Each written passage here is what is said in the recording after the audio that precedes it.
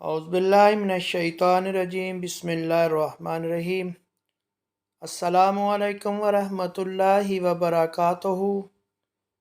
آپ کا اپنا ڈاکٹر محمد حنیف جنجوعہ الحسینی روحانی دنیا 92 میں حاضر خدمت ہے۔ اللہ کی یاد اور شیطان کی چال۔ ایک شخص ہر روز رات کو تنہائی میں اللہ تعالیٰ کا ذکر کیا کرتا تھا۔ اس کام میں اس نے کبھی ناغہ نہ کیا تھا۔ ایک دن شیطان نے اس کے دل میں وسوسہ ڈالا کہ اے شخص، تو ہر روز رات کو اللہ اللہ کرتا ہے اور ایک مدت گزر گئی اس کام کو کرتے ہوئے، لیکن کیا کبھی ایک بار بھی اللہ تعالیٰ کی بارگاہ سے جواب میں لبیک ہوئی ہے؟ تو کس عاجزی اور انکساری سے اللہ کی ضربیں لگاتا ہے،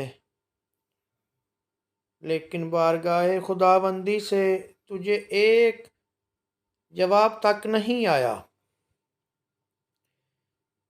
اس شخص کے دل میں اس کا خیال آنا تھا کہ وہ پریشان ہو گیا اور شکستہ خاطر ہو کر لیٹ گیا۔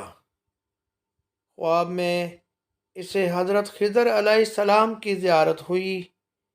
آپ نے اس سے پوچھا، اے اللہ کے بندے، تو اللہ کے ذکر سے رک کیوں گیا ہے؟ کہنے لگا، میں تو ہر روز اللہ اللہ کرتا تھا، لیکن جواب میں میرے پاس لبیک نہیں آیا، اس لیے میں اس بات سے ڈر گیا کہ شاید میں اللہ تعالیٰ کی بارگاہ میں مردود ہوں۔ یہ سن کر حضرت خضر علیہ السلام نے فرمایا، اے شخص، اللہ پاک نے مجھ سے فرمایا کہ جا، میرے اس بندے سے کہہ دو کہ تیرے اللہ اللہ کہنا میرے ہی کرم کی وجہ سے ہے۔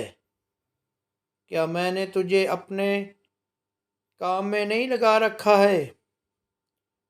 تیری طلب تڑپ کی مجھے سب پتہ ہے۔ میں تجھے بھولا نہیں ہوں، نہ ہی میں نے تجھے نظر انداز کیا ہے۔ تیری ہر پکار پر اور ہر بار اللہ کہنے پر میں تجھے 1000 بار لبیک لبیک کہتا ہوں۔ تجھے یہ سوچ، یہ عمل، یہ طلب میں نے ہی دی ہے اور میں نے ہی تجھے اس کام پر لگایا ہے، اور اصل میں تجھ سے زیادہ مجھے ہی تیرا اشتیاق و شوق ہے۔ اس شخص نے یہ خواب دیکھا تو ہڑبڑا کر اٹھ بیٹھا اور فوراً صدقے دل سے تائب ہوا اور پھر دوبارہ اللہ تعالیٰ کے ذکر میں مشغول ہو گیا۔